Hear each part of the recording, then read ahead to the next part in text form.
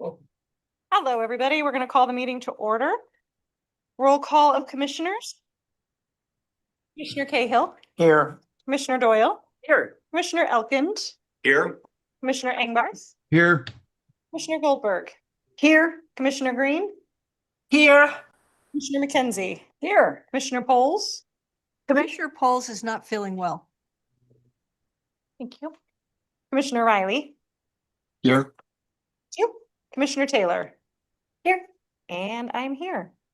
We have two commissioners who are attending under the Just Cause provision of the Brown Act. Commissioner Green, you are first. Commissioner Green, can you please identify if there's anyone over 18 in the room? And then please state a general reason for your Just Cause attendance. No one is in the room with me, and it's illness. Thank you. Commissioner Riley, you are also attending under the Just Cause provision. Can you please identify anyone over 18 in the room and provide a general reason for Just Cause attendance? You can confirm that there's nobody else in the room with me, and likewise illness. Thank you very much. Moving on to item number 2. Do we have any announcements? Yes, Mr. Elton.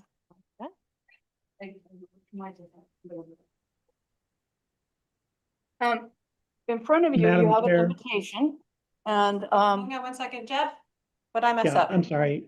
Commissioner Engbarth, we also need you to identify if there's anyone over the age of 18 in No. the room with you. Yeah, there's nobody here. Thank you. Thank you. okay, back to my announcement. So in front of you, you have an invitation to an event for our former colleague, Paul Heavenridge. What I'd like to say about this is Paul's wife, Paula Freund, really wanted not to have multiple events, and she asked that the library work with the Friends of the Petaluma River. And the Petaluma River got right out there and did the invitation and got everything organized. This is going to be a really nice event on a Sunday afternoon. The Friends of the Petaluma River have a park, it has a barn, and they've got the setup with, chairs and so forth.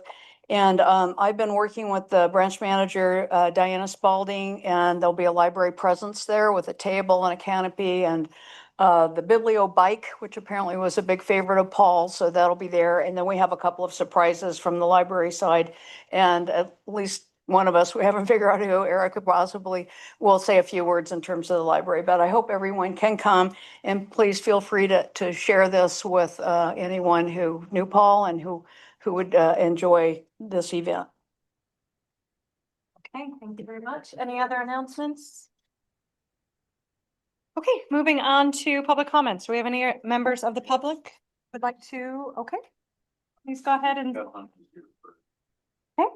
come on up to the podium. Please state your name, and you'll have 3 minutes for public comments. I'm Tim May. And first of all, strangely enough, I was thinking about you all today, and I want to thank you for your service. I know that it's not short-term involvement, that you're involved in committees and everything else, and I think we forget to remember that it's all volunteer. But my comment is regarding Paul Heavenridge and the fact that we have a tree in our library of honoring people who have served the library. The Friends organize it, and we are hoping to buy an acorn on the tree, which will need donations. So I'm offering you the chance to give some funds if you're interested. The total cost is $1,000. So if you would like to contribute to the acorn in memory and honor of Paul, please do that by sending a check made out to the Friends of the Petaluma Library and send it to Diana, the branch manager. And that way we'll find out how much is accumulated to be able to do that. And that's all I need to say. Thank you. Thank you. Yes, thank you. Public comment? My name is Dwayne DeWitt. I'm from Roseland. Been here before, and I wanted to also thank you for being volunteers, and I hope those folks that are ill will get well soon, and I hope everybody can avoid hay fever that time of the year. I wanted to actually come and clarify a couple of things because I've made some statements before that others may not have understood correctly. So I want it to be on the record. I always say I'm from Roseland, and, still living in the same place. But the Bellevue School District redistricted, expanded, and came over into Roseland. So we now pay Bellevue school taxes. But I'm a Roseland guy, even though.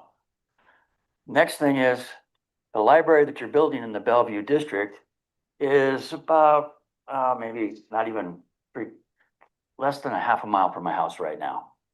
So the one that's on Sebastopol Road is a 1.2 miles from me. And people are like, oh, that's why you want to have that library up on Sebastopol Road. It's like, no, we want to have it there because that's where the center of Roseland is. So I've talked with one of your press people before, and he's pointed out that I've once mentioned that there's also 1.5 miles. That's from the corner of Burbank Avenue and Sebastopol Road by the odometer cars to get down to the new one you're building in Bellevue. It's 2 miles from the intersection of Stony Point Road and Sebastopol Road. And the reason I bring this up is because in this day and age, most folks won't even walk 1/4 mile. They drive everywhere, especially over there in Roseland. So that's one of the things to keep in mind. I'm still going to advocate that we get some sort of a library type presence at the Mid-Penn site, because when I was on the committee that helped to give them the project choice, that was part of the promise. You can look back in the records and they may say, oh no, we didn't say that. Well, in person, they did say that, and I'll go on the record anywhere, anytime, and point out that that was what was one of the things that made us choose Mid-Penn to go there and build this affordable housing complex. They're now going to sell 2 sites from there to be community buildings. One of them is to be our library. So I'm going to ask for a Roseland Museum. We've been around longer than Skyhawk, Fountain Grove, all those kind of rich neighborhoods. Roseland's been around. We were there as long as Santa Rosa was. So I bring that to you knowing that hopefully you'll see I'm a supporter of libraries. I love them. I want one in my neighborhood. The one that we have right now is doing well. And when it was over at the old Dollar Tree store, which was a Ben Franklin store when I was a kid, it was doing well too. So don't mind me that I'll keep advocating to try to get something there. Your time, I can't stay for the festivities. Thank you. Thank you very much. Any other public comments? All right, we are going to move into closed session. Skedaddle.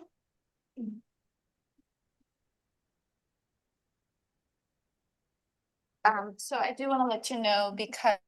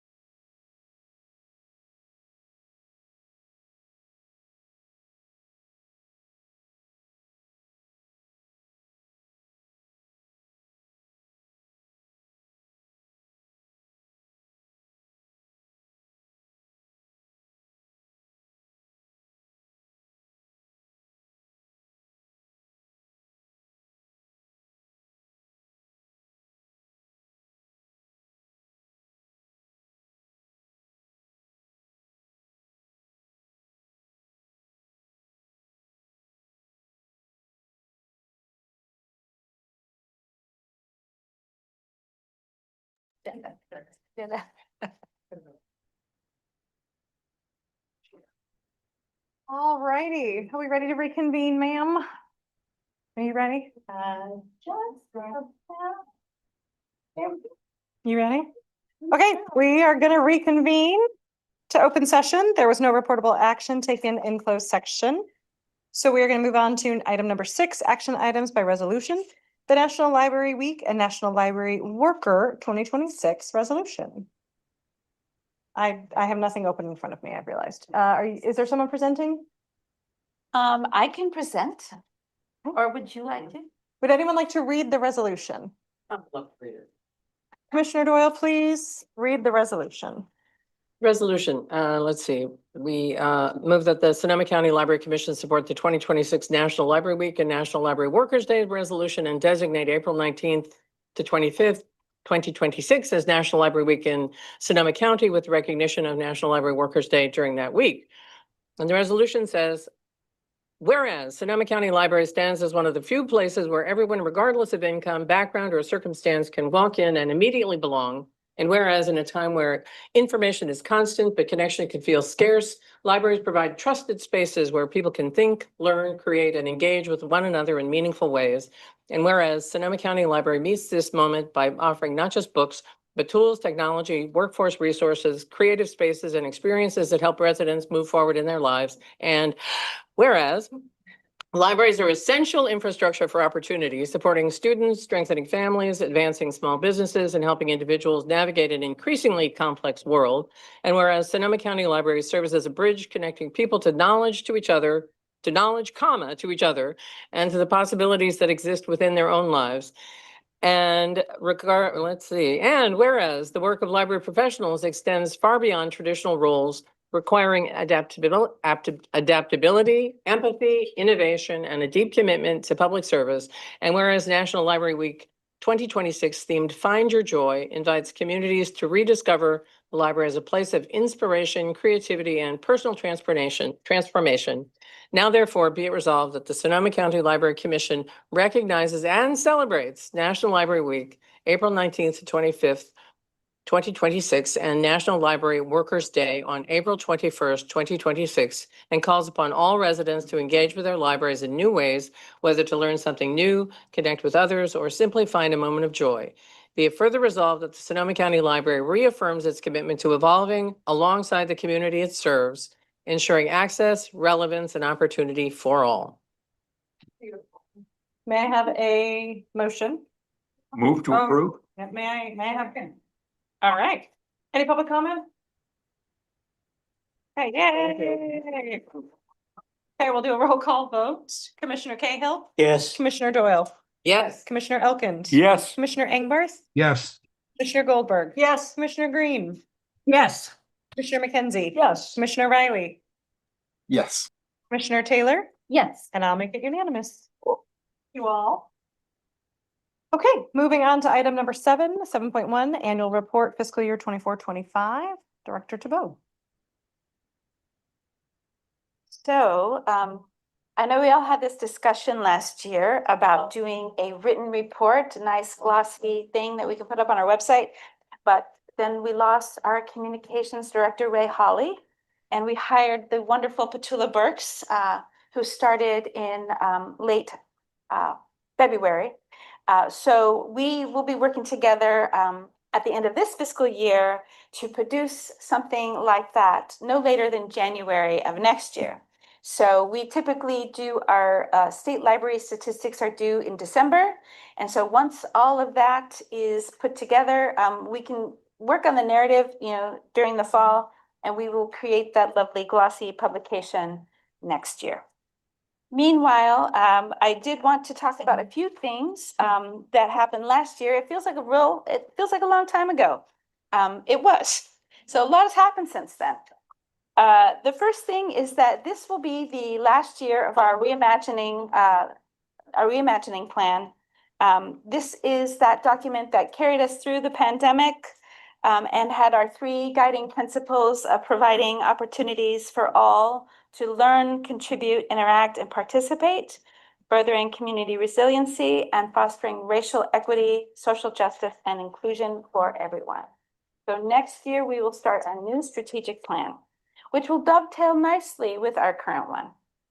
So our big highlights, let me see, make sure this is on. Next slide, please. Our big highlights are the renewal of our library sales tax, which happened in November 2024, feels like forever ago. Our completion of several modernization projects, including the Healdsburg, Petaluma libraries, our Windsor mini renovation, and our Cloverdale patio project. Our Roseland fundraising and design for the new regional library in Roseland, and the completion of our vision and values to go along with our mission statement. I'll take a while for Jaylene to, okay. So Measure W was our great success of last year. This officially passed in November with just over 68% of the vote. Yay, we'll never not celebrate that. Our financial security that this sales tax measure provides for the library is immeasurable and will set the stage for a 21st century library that is resilient and sustainable for years to come. Next slide, please. Taking a little while. There we go. Okay. So here you see some photographs from some of our renovations. At the top is the Petaluma Library with those lovely paper lanterns that they sourced from Italy. Our architects, Nolan Tam, did both Petaluma and the Healdsburg refreshes. Healdsburg, the total figure for that project was $3.1 million. 2.8 was from Sonoma County Library. We received approximately $250,000 from the city of Healdsburg for exterior ADA renovations, and $101,000 from the Healdsburg Friends of the Library, which paid for our windows in the children's section.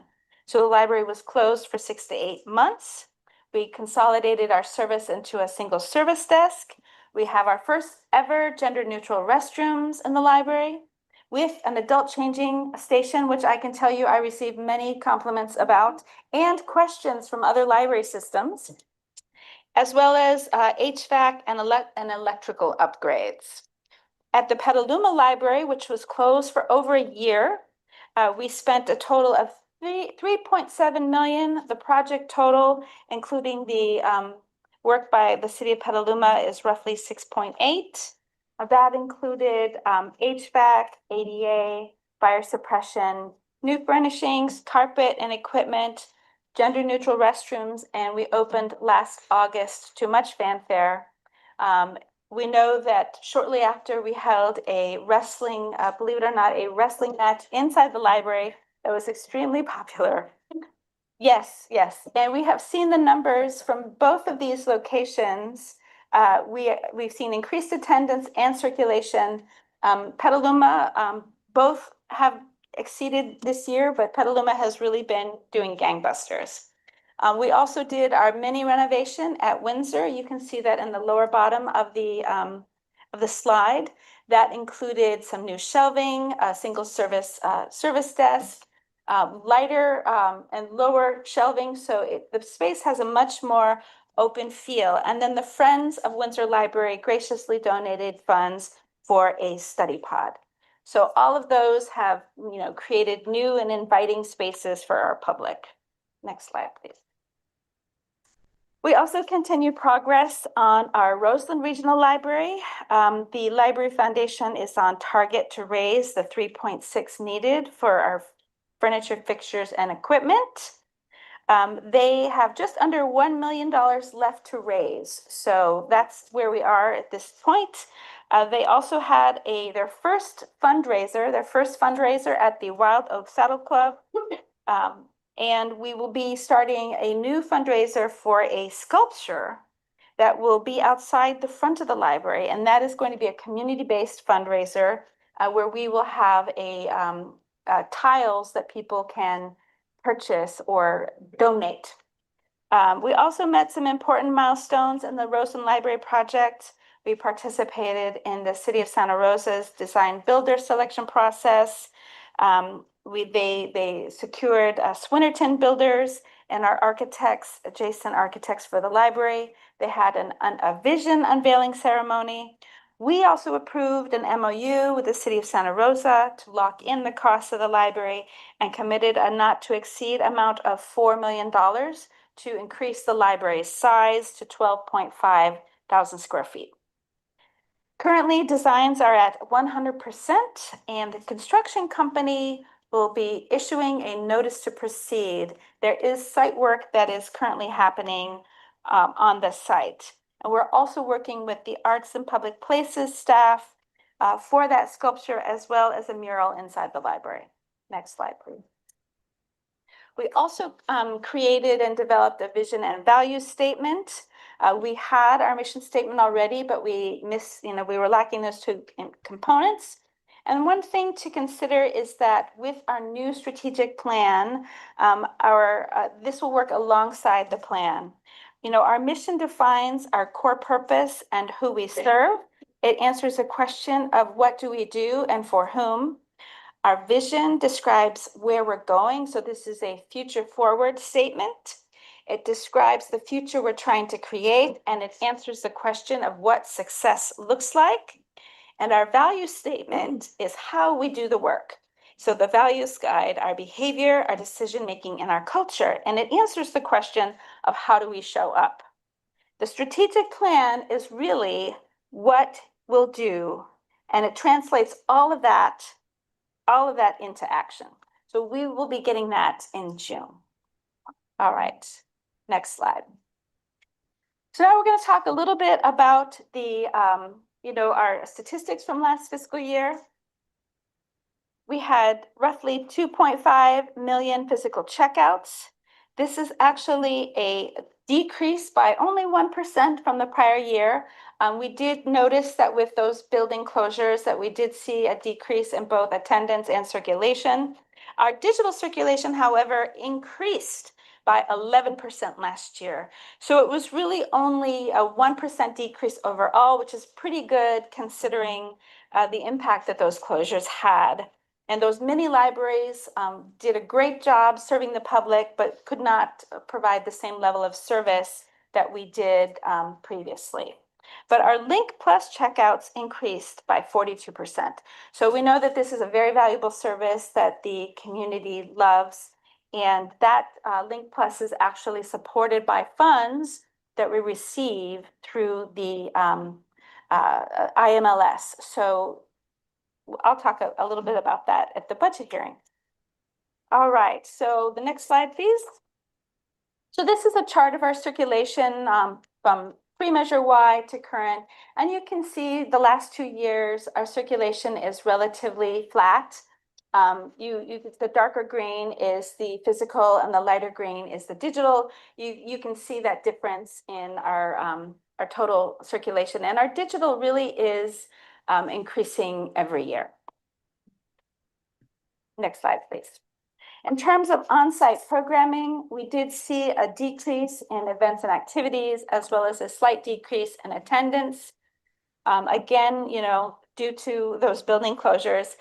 It will be interesting at the end of this fiscal year to see how we have bounced back. So, once the year ends, we'll be able to do that analysis. And I expect that we will exceed all prior years after we end this fiscal year. All right, next slide. We also had a slight increase in outreach, both program as well as outreach attendance. And part of that is we're really using the bibliobus more when we do our building closures. So we, 19% increase in the number of programs and just a 3.7 increase in the total number of people who attended. So very modest, but as we get our second bibliobus, I hope to see these numbers improve. Next slide. So you can also see from this chart, this is the total staff. The last 3 years, it's been relatively stable. Our total number of staff last year was 287, with 183 full-time staff and 104 part-time staff. In contrast to 2015, 2016, we only had 163 employees. So we've almost doubled in size as an organization, and it's a 76.6% increase since the passage of Measure Y. And that concludes my presentation. I will take questions. Does anyone have any questions for Director Tebow? Commissioner Elkins? 4 questions. First of all, I just want to say congratulations, Erica, to you and to the whole team. It's been an amazing year, and I'd like to, thank everybody, especially the members of the management team who are here this evening. I had 2 questions and a comment. My first question is, the narration that you just gave, I really appreciated that. Where does that live in this document? In the notes. Is it there in the the notes? Because I didn't, Yeah. okay. And then a related question, how is this used, or to whom does it go? So the JPA says that we are supposed to send the annual reports to our JPA members. And I believe that the Commission Ad Hoc Committee is working on some documents that will kind of, formalize the process. At this point, we are still, I presume the ad hoc is working and will come to the commission at a later date with those recommendations. But, it's on our in our commission packet. We haven't really put it on our website previously. The state library report is an entirely statistical report that we send to the library, and that doesn't really live anywhere formally. It's just the state that gets that data. Okay, and then my comment, and I don't want you to take this the wrong way, because I think it's wonderful what's been accomplished, but I'm a little disappointed on the page that relates to the modernization projects. And I appreciated the additional information that you shared. We had a brief conversation about this at the Finance Committee, and I think we have a fabulous story to tell here, and I'm not sure it's coming across fully. At a time when I think many members of the public have lost confidence in the ability of public agencies to actually deliver and to complete projects. This was an extraordinary year, and we invested successfully a substantial amount of revenue that the public has provided to us, and really have a lot to show for it. And I know you're all a very modest group. You're not, by inclination, shouting and tooting your own horns. But I think we have an opportunity here to tell a stronger story about something that was really significant that we accomplished. That's all I'll say. Thank you. Any other questions, comments? Commissioner Doyle? I would just add that telling this story then is, I think, another argument for considering a headquarters and what we do in a headquarters and what we have. So I think that one of the things that librarians tend to do the business that's in front of them, and those of us who are your advocates would be delighted to tell your story. You just have to tell us what to tell people. And so now we have information that we can take out into the community and say, did you know that the library is doing this? But I think the Friends would love to do that. The foundation would love to do that, and certainly we would. So. And I would say that one of the things in our budget for next fiscal year is a communications plan. And so some of these things can be part of that plan. One of the things with our modernization projects is we have, our architects thankfully took photos of these building projects. But that is certainly something like having an asset library where we have images that we can tag and use in a variety of different messaging that we send out to the community is something that we'll be including as part of our communications plan.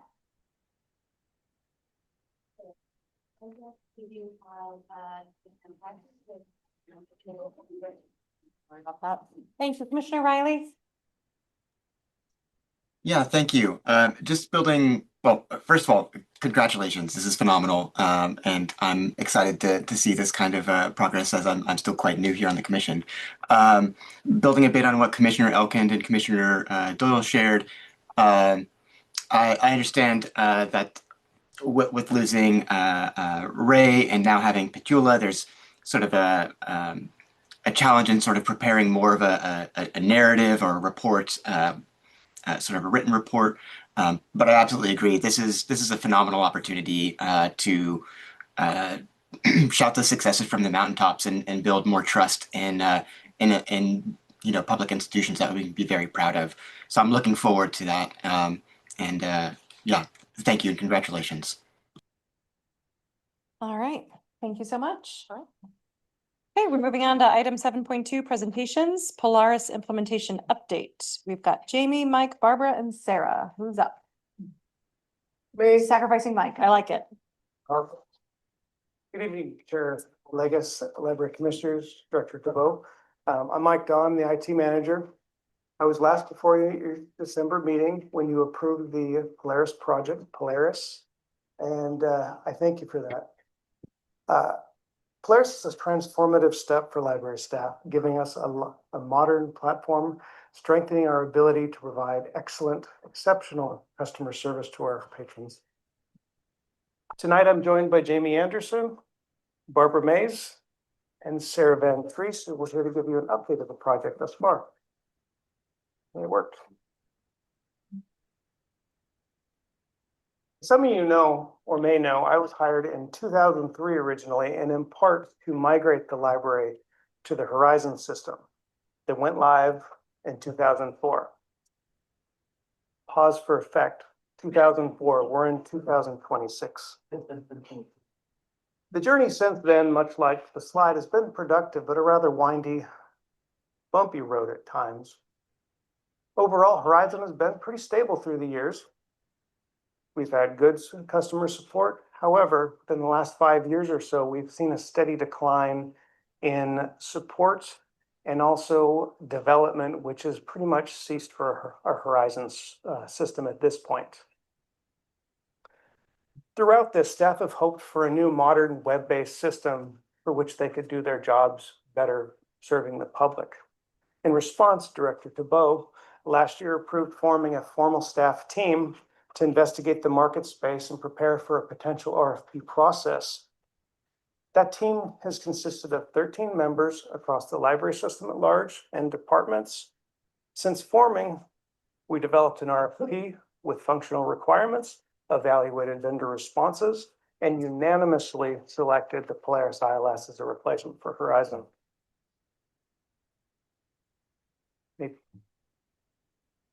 Family into the rescue. So do I. It's okay. There we go. The groundwork for the project really began a couple of years ago when IT staff began investigating potential replacements for the Horizon system. Last year, I presented the ILS project as part of my budget priorities coming into this current fiscal year. Then in spring, again, the staff team officially launched, starting our work on the projects. Shown here are some of the biggest milestones for it. On the 13th of August last year, we launched our RFP. Since that time, we got commission approval. Again, thank you. We finalized our contract, held our project kickoff, defined the technical setup, and completed the initial data load so that we can begin using and testing the system. And we've hosted our initial Horizon Guides training, which we'll hear more about. Over the course of the next 4 months, we're going to be learning a lot more of this system. In fact, Tina Murad, our systems administrator, leaves on Saturday for Chicago, Illinois to go to the Polaris Users Group meeting where she can bring back a wealth of knowledge that we can roll into our system. With that knowledge and our efforts, we'll continue learning and refining the setup and for Polaris and testing along the way. And we're on track to go live with our new system on August 5th of this year. With that, I'll hand it over to Jamie.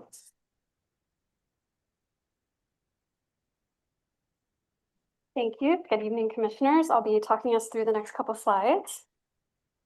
So staff training. Training on Polaris will be provided to all staff in a variety of ways over the course of several months. So far, about 60 staff have already been trained and are currently practicing with full access to the Polaris training database, which is set up with our data, as Mike mentioned.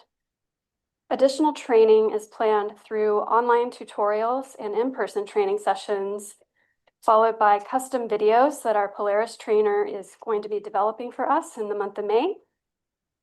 We'll also have written instructions that cover essential core functions that will be provided to staff before go live on August 5th.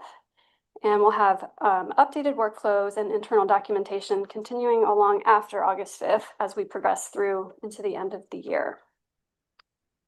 This system change impacts nearly all staff across all divisions and departments at the library, including obviously IT, but also all of public services, collection services, community engagement, and even our budget and finance staff. We are working with a change management consultant on best practices to assist and support staff through the emotions and the stages of this change. Next slide, please. All right, so as with any major system upgrade, there will be impacts to the public that we want to prepare you for. We will be developing communications that will be messaged to the public as we move through each phase and impact.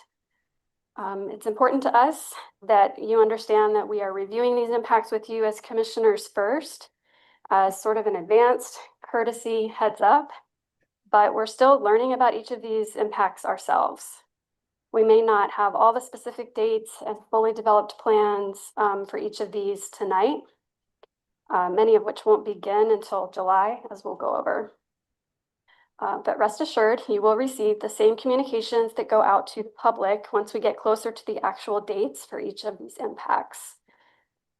So to begin, the first impact will be pausing our purchase suggestions starting this week. Later in the spring and through July, we'll be ordering new titles for the physical collection at a slower pace, and eventually we'll come to a point where we stop ordering new titles for a little while. However, we will have no interruptions to ordering digital titles. Moving on to the service disruptions that will begin in July. Beginning in July, our patrons will not be able to place Link Plus requests for approximately 3 months. Also in July, the online catalog and the My Account features within the catalog will go into an offline mode for a couple of weeks. During that time, a backup catalog will be available, so patrons will still be able to search and see our holdings, but the information will not be entirely current during those couple of weeks. The library's mobile app will be completely unavailable as well for a short period of time. And then getting closer to the end of July, about a week or so before we go live on August 5th, staff will be able to check out materials to patrons like normal, but we will not be able to check in materials for approximately 1 week. During that time, we're planning to extend due dates to encourage patrons to keep their materials as long as they would like. Not as long as they would like, but for a longer period than normal. So that we can try to mitigate the number of materials that are being returned during that week. For the materials that are returned during that week, we would just need to set them aside and check them in after August 5th when we're back online. Also, during that last crucial week leading up to August 5th, we won't be able to pull holds, process holds, or use our automated materials handling sorter machines, which will impact our entire delivery system. There may also be other third-party service interruptions, such as the ability to pay fees and access to select e-resources that require library card authentication. After August 5th, all services will return to normal. So as I said, we will be communicating with the public every step of the way about each of these impacts. And we're planning to use language that explains that we are upgrading our internal systems or behind the scene software systems to improve our internal processes and make things more efficient for our staff. And with that, I will turn it over to Sarah Van Treese. Thank you. Good evening, Sarah Van Treese, Public Services Division Manager. In our division, Public Services, we have more than 200 staff who will benefit from this project. And these are our frontline staff who use our integrated library system software literally during every shift as they're working to serve the public. Mike mentioned that decades have passed since this last software transition, and so we know that many of the staff are understandably nervous about this big change for the library. So our goal in preparing public services is to provide visible training support to our teams, to give staff advance notice and opportunity through the whole process to learn. We have been taking things step by step. We've been preparing updated documentation and communicating with our staff as learners. This has included some direct training time so far, as well as meetings where we pause just to debrief where we are and write down all the questions. This pace has really helped as we prepare to talk about those service impacts to the public on top of the technical side of learning for our staff. About 30 of our public services staff have already been trained in the basics of Polaris. That included our public services supervisors and some of our circulation specialists. And I'm excited to share that since that initial training, many of the staff returned to their branches outspoken about how intuitive, how flexible, and most of all, how modern Polaris is. And that's really creating a natural sense of excitement. It's very positive. And soon we'll have the ability for all staff to sort of play in an online test environment to help build that comfort and interest in learning the new software really well for our implementation date in August, and then of course, ongoing. I'll turn it over to my colleague, Barbara May.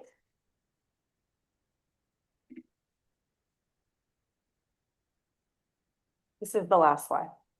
Barbara May, Public Services Division Manager. Hello, the picture you see here is at one of the trainings we've already conducted with the Polaris Guides group that Sarah just mentioned. This group is composed of at least 2 staff members from every single branch, sometimes 3 of them. And they serve as our guides throughout the larger staff training process. So for all of our staff, and they act as our in-house experts, if you will. This particular training session consisted of 2 full days. We did it recently. It was dedicated to learning and navigating the system. When we debriefed with participants, as Sarah mentioned afterwards, we consistently heard excitement, increased confidence in their ability to use this new system.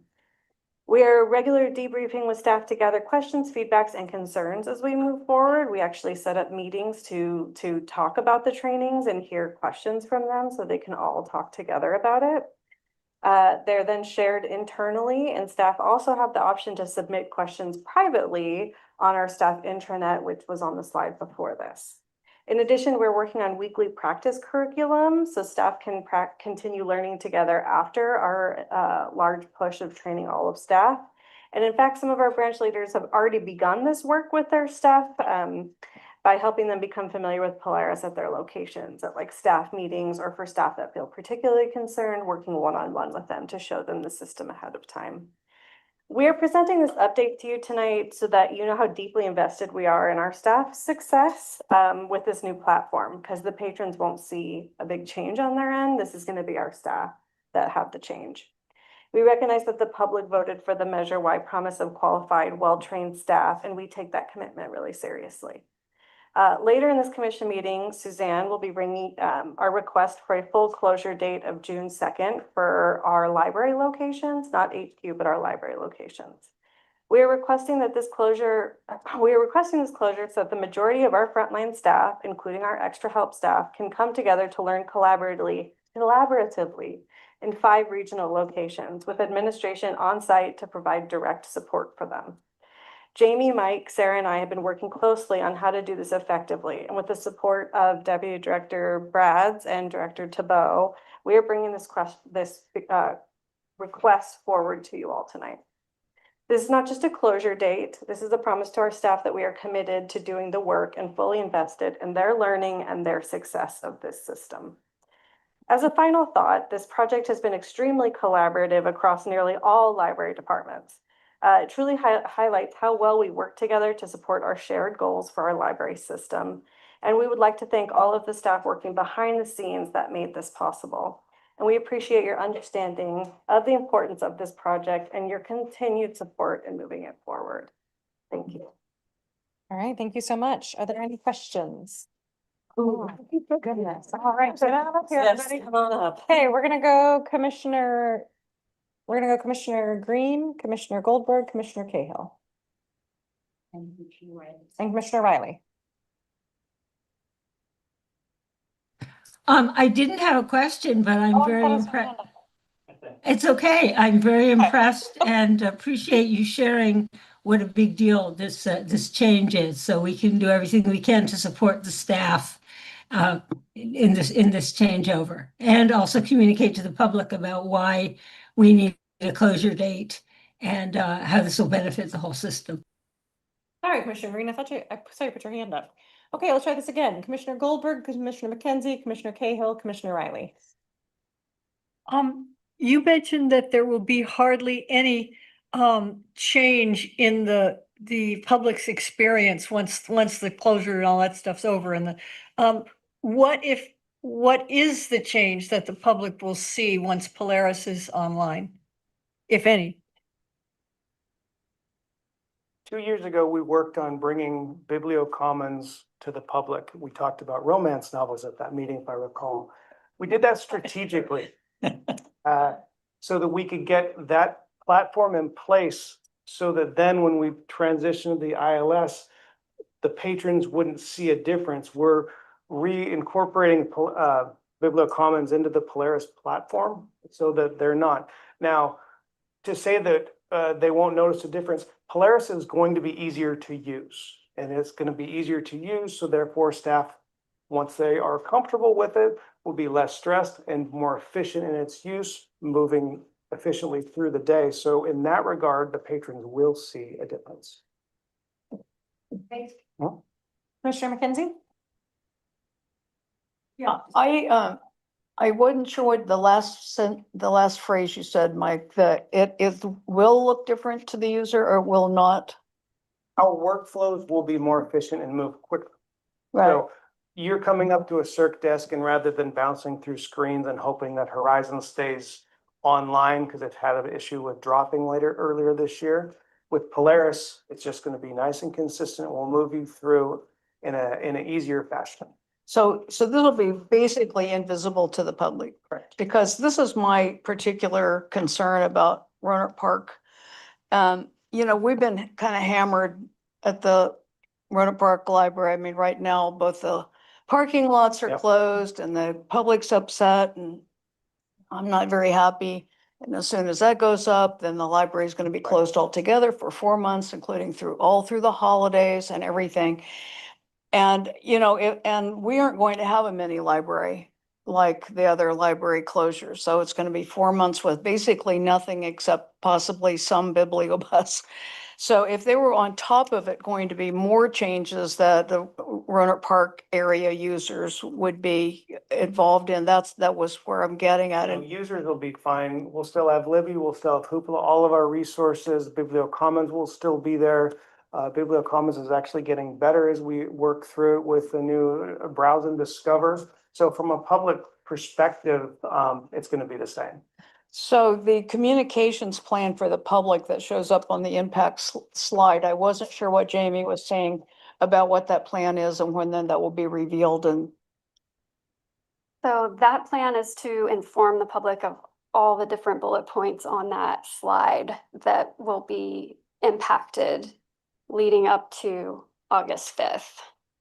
Some of which will just be for 1 week, some a few weeks, some a few months, but after August 5th, as you said, everything goes back to normal. There is no change for the public in terms of what they're seeing. I think the exception being Link Plus, because that will extend a little bit into the fall. so the communications plan for the public is basically this slide this will be a handout somewhere, like you're going to notice these things, or? We're still working on the communications plan, so it will be in a variety of ways. We'll have a landing page on our website describing all of this. We will be doing social media, press releases, et cetera, et cetera. And that's in the next few months prior. I'm just thinking again about the timing, about especially Runner Park. Sorry to be focused on Runner Park. It's actually starting in a small way this week with the suggest a purchase being suspended, but it will really ramp up more in June and definitely in July. And then it will start to taper off. Okay. Thank you, Jamie. I hope that helps answer it. Commissioner Haywood. Why the lengthy downtime for Link Plus? Right, great question. The way it's been explained to us is because we have to conclude all of the Link Plus transactions in Horizon, close them all out, meaning all those materials have to be returned and checked back in by those patrons that borrowed them before we can then re-implement Link Plus on Polaris and open it back up for new requests again. So the 3 months relates to the fact that you can check something out for 3 weeks. You can renew it up to one time. Takes, time to get everything back through delivery, and then we have to courier everything back to the libraries that lended them to us, and allowing time for all of that. Okay, thanks. Commissioner Riley. Yeah, thank you. I have only one very specific question, and I'm sure that this has been thoroughly considered, but being that this is my first orbit around with y'all.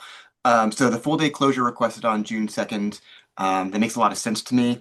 The thing that strikes me about June 2nd is that that's also election day here in California, or one of our election days. I don't know what election day looks like in terms of impacts for library patrons and what they expect or how they use libraries on days like that. So I just raise that as if that's a consideration that we ought to be concerned about, or something perhaps that you've already considered. Thank you.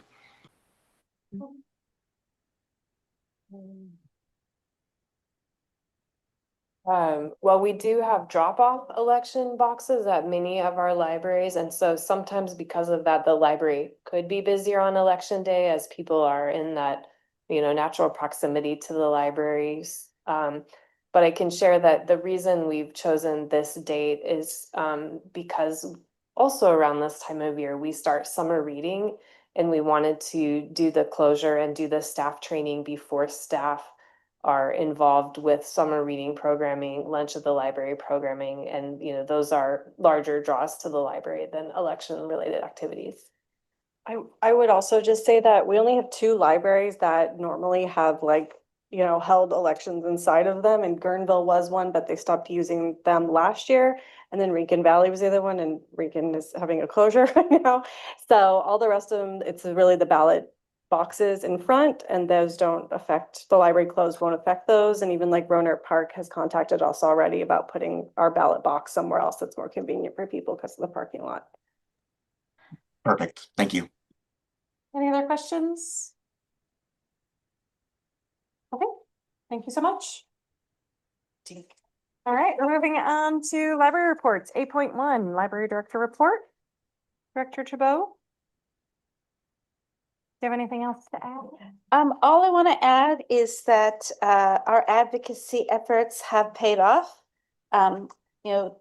Commissioner Doyle and I attended an event a few weeks ago, and Congressman Thompson was there in the flesh, and both she and I pressed him on signing those Dear Appropriator letters. He subsequently did so 2 days later. We've also heard that Congressman Huffman has also signed the letters, as well as Senator Schiff. He signed the LSTA Dear Appropriator letter. He has not signed the Innovative Approaches to Literacy letter yet, but the staff assures us that he will shortly. So, and we're working on Padilla's office as well. So, all of that work has really paid off.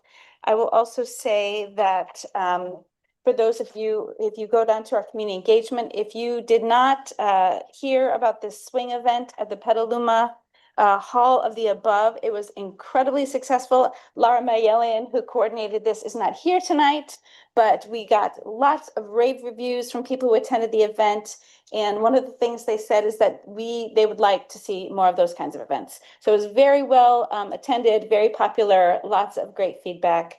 And that's it for my library reports. Any questions for Erica? Commissioner McKenzie? I'm so glad you brought up that event in Petaluma.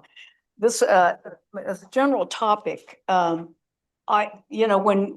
your report, because of our timing and everything, your report for April reflects back to February stuff. And so I do not remember ever hearing anything about Swinging to Jazz Night with Stella Heath. And I saw it on Facebook after the fact. And I go, oh my God, why didn't I know about this? I would have loved to have been there. So, what happened? So for a while or periodically, we get a heads up before it happens rather than hearing about it after. And another thing that just happened just yesterday, I saw on Facebook that we started a podcast. It's like, really? And then I looked at it and it's Runner Park. It's podcasts coming out of Runner Park. And I know nothing about it. Well, I will say, so the podcast, that was Petula's idea. And it was put together, very quickly while I was actually on vacation.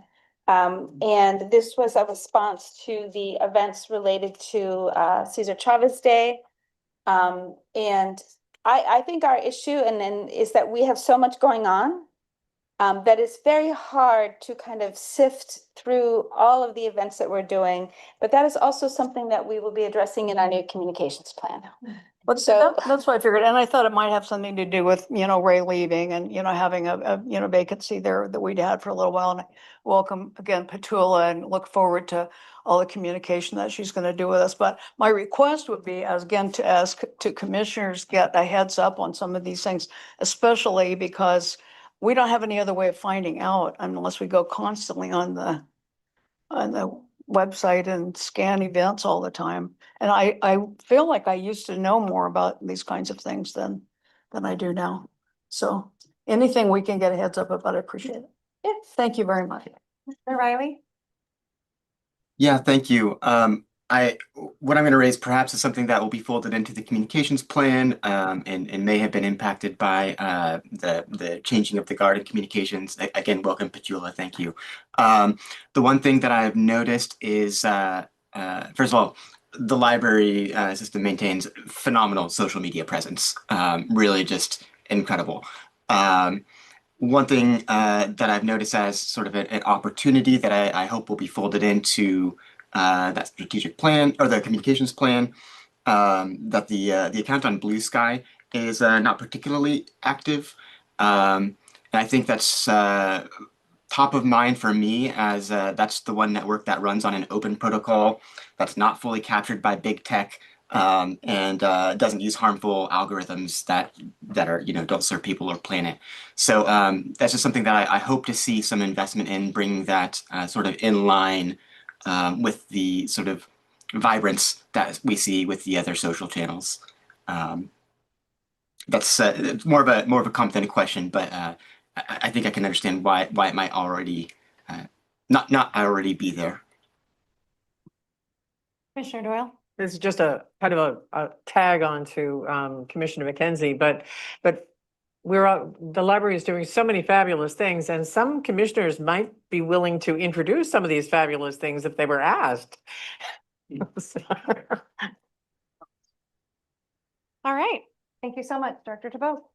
Moving on to item 8.2, budget and finance reports. Myrna, do you have anything to add to your report? Yes. Okay. I just wanted to add a comment here, just a little preview, because I did receive a comment from the finance chair, is that regarding the sheet on cash balances, there is a list of bequests. And I just wanted to give you a little preview that we will be utilizing these bequests in next fiscal year. And so we're making policy changes that you'll be seeing before the end of this fiscal year. And we'll be talking more about this at the budget workshop. But other than that, I'll take any questions if anyone has it. Any questions for Myrna? Commissioner McKenzie? Just a brief addition, because this is something else that our CFO is working on. It has been brought to our attention, the Finance Committee, that a lot of commissioners would like to understand more about the reports. Just have a better understanding of the financial reports. And also Commissioner Elkine has requested some changes in our fund balance reports. And so that's coming. We're looking at more a streamlined and clear and Yeah, so that in addition, another preview to the budget workshop and the fund balance statements. We have worked on simplifying them, so you will see a condensed versions, more simplified in the budget book. So we look forward to receiving your feedback on that, but I'll present those and more specifically for further discussion at the next Finance Committee, which is in May. Anybody else? Okay, thank you so much, Myrna.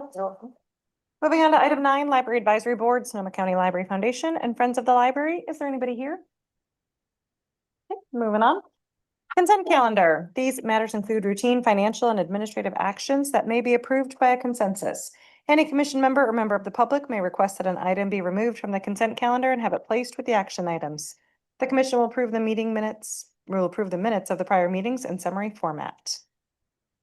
We have item 10.1, approve the minutes of the March 4th regular meeting. Item 10.2, change the meeting location to the Sonoma County Library Headquarters for those dates. And the revised 2026 library closure schedule. May I have a motion and Approve. well, good luck picking somebody up. Any public comment? Okay, roll call vote. Commissioner Cahill. Yes. Commissioner Doyle. Yes. Commissioner Elkins. Yes. Commissioner Engbarth. Yes. Commissioner Goldworth. yes. Commissioner Green. Yes. Commissioner McKenzie. Yes. Commissioner Riley. Yes. Commissioner Taylor. Yes. And I'll make it unanimous. Okay, moving on to item 11, action items by motion. 11.1, approve the history and genealogy library request. Any comments or anything to add, Director Cabot? Okay. Any questions, library commissioners? May I have a motion? Motion to approve. Second. Pick one, pick your favorite. Any public comment? That was Commissioner Goldberg for, okay, thank you. We'll give it to Commissioner Green for a second. Thank you. Hey, any public comment? Okay. Roll call vote, Commissioner Cahill. Yes. Commissioner Doyle. Yes. Commissioner Elkins. Yes. Commissioner Engbarth. Yes. Commissioner Goldberg. Yes. Commissioner Green. Yes. Commissioner McKenzie. Yes. Commissioner Riley. Yes. Commissioner Taylor. Yes. And I'll make it unanimous. Okay, item 11.2, status update on vacancies in compliance with Assembly Bill 2561, local public employee vacant positions. Is there anything to add to your report, Suzanne? No, good evening, Commissioners and Chair Legis. I just wanted to, I bring this to the items of action by motion because we wanted to give the union an opportunity to present, and we did give them an opportunity to present and they declined, so that I'm just doing my duty. There's nothing additional on this report, so if you have any questions, I'm happy to answer them at this time. Any questions for Suzanne? Commissioner McKenzie.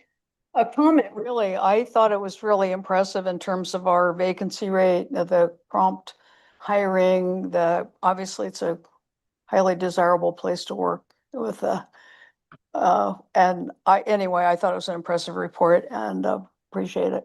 It's helpful to know these things. And to realize it's a legal requirement, but it's also helpful for us. Yes, we hired a new HR analyst. She started in August and she is, her name's Leslie, and she's phenomenal, and I'm very happy to have her aboard. And just, I guess the one update is that we are getting ready to move forward with the IT technician. Two, we have a meet and confer with the union last week, but we needed to resolve some issues, so we'll be moving forward with that as soon as we notify the union. So, yeah. So that's all. Well done, thank you. Thank you. there any public comment? Is there a motion? To approve? Commissioner Elkins, do I have a second? Second. Commissioner McKenzie. Roll call vote, Commissioner Cahill, Yes. Commissioner Doyle. Yes. Commissioner Elkins. Yes. Commissioner Engbarth, Yes. Commissioner Goldberg. Yes. Commissioner Green, Yes. Commissioner McKenzie. Yes. Commissioner Riley, Yes. Commissioner Taylor. Yes. And I'll make it unanimous. Moving on to item 11.3, fiscal year 25-26 Q2 capital project update. Myrna, do you have anything to add to your report? I do not. I'm here for any questions. Any questions for Myrna? Commissioner McKenzie? Right, where are we? Are we in the capital project up there? Somebody said something recently about the Santa Rosa, and I just wanted to, maybe if there's further information to give about the item here, central, given information about the city of Santa Rosa's plans for downtown, staff is reevaluating the options for central brands. I'll answer that. Okay. So we will be probably bringing leases for the Central Santa Rosa Library in May, and this is a proposed 10-year lease. So I think it's safe to assume that we will be there for at least 10 years. This was, when she prepared her report, she was not aware of this, so. Yeah. So I'm saying that we are moving forward with the assumption that we will be staying in Central Santa Rosa in that building, if that helps. Okay, then there may be some assumptions that follow that about capital. So there was some discussion, so no work has been, the point of this report and that comment is that there has been no work done at Central, which was planned for this fiscal year. So the update is that no work has been done because there's something in the works for a longer term planning. Thank you. All right, any other questions? Okay, any public comment? Okay, I'll take a motion in a second. So Thank you. Second. Okay, roll call vote, Commissioner Cahill. Yes. Commissioner Doyle. yes. Commissioner Elkins. Yes. Commissioner Engbarth, No. Commissioner Goldberg. Yes. Commissioner Green, Yes. Yes. Commissioner Riley, Yes. Taylor, Yes. and I'm a yes as well. Okay, we have no discussion items, so moving on to commission and liaison reports. Does anyone have anything to add to their report? Commissioner McKenzie? I just want to repeat that the Roanoke Park branch is having a tough year. And I don't know again whether, I don't think the word got out. I mean, we talked about moving our commission meetings over here to headquarters. And it's because the city of Roanoke Park started the solar canopy project. And I don't know that everybody, I just want everybody to know about it. If you didn't know about it, the library did not know that this was happening and was notified a week before that. Guess what? Not only one, but both parking lots are going to be closed. They gave a very extended date of from 1 month, 1 week after we got the notice to August the 1st. And so this is the second solar project, and the city is also coordinating the renovation project that starts in the fall that involves both the city work as well as the library work, and both of them have a portion of things to pay for. But so we're getting a lot of questions about why didn't the library or the city close the parking lot at the same time that the buildings are going to be closed. Well, it didn't happen that way. Long story, blah, blah, blah, lots of calls, lots of, conversation and so forth. But it's very unfortunate in terms of the public because both of those parking lots are closed. There's very, very limited places to park. And so it kind of created a lot of frustration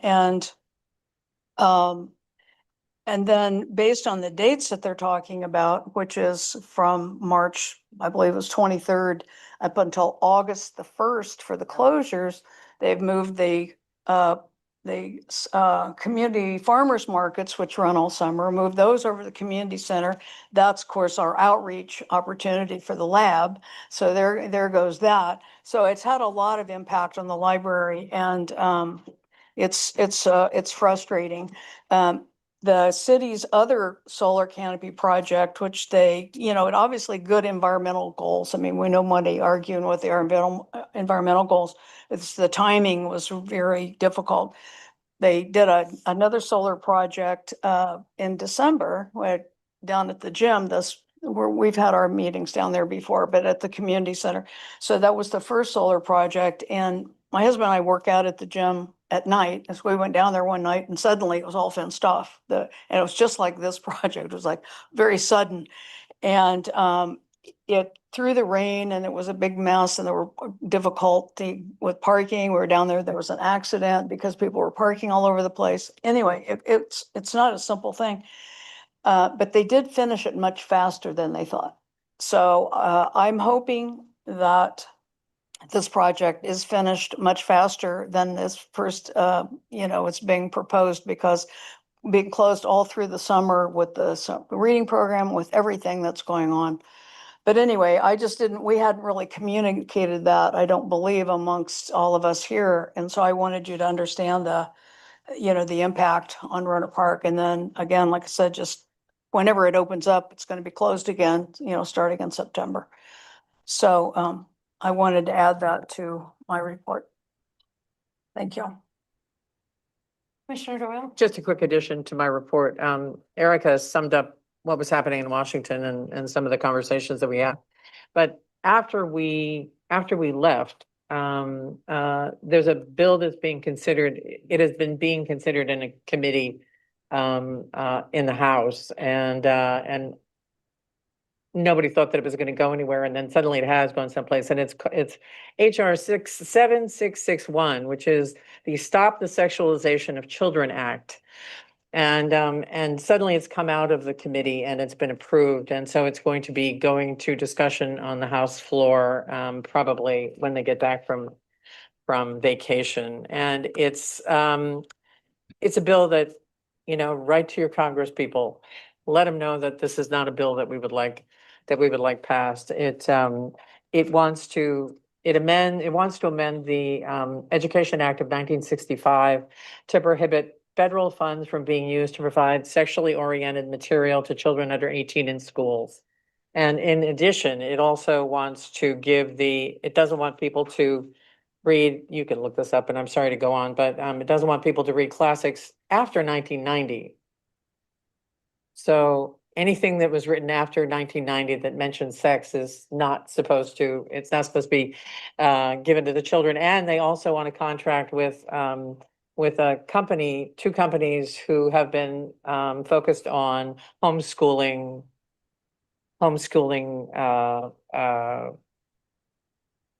materials, shall we say. So 7661, please write to your Congress people and say, because they're all over the place, and say, we think this is a bad bill, or take a look at it. Let me just pull that back and say, I'm not suggesting what you should do, but everybody should take a look at this bill to touch base with Congress, to let them know what their voters think. Thank you. Anything else? All right. Item 13.2.1, Finance Committee Report. Committee Chair Barbara McKenzie, do you have anything to add? There are 2 months here worth, and I'm sure you've enjoyed reading them. The Finance Committee is still basking in the glow of the new policy on paying down our pension liabilities, and you will see that reflected in the budget and at our workshop. So unless there are any questions, it's all here to read. Thank you. Yeah. 13.2.2, Sonoma County Historic Records Commission meeting. Commissioner Goldberg, do you have anything to add? No. Okay. Commissioner Goldberg, do you have anything to add to the Foundation Liaison report? All right, we have no old or new business. Do we have any agenda items for future commission meetings? Oh, I have something to add to Commissioner Goldberg's report. Yeah. So you learned that the treasurer of the foundation, Judy Glenn, passed away.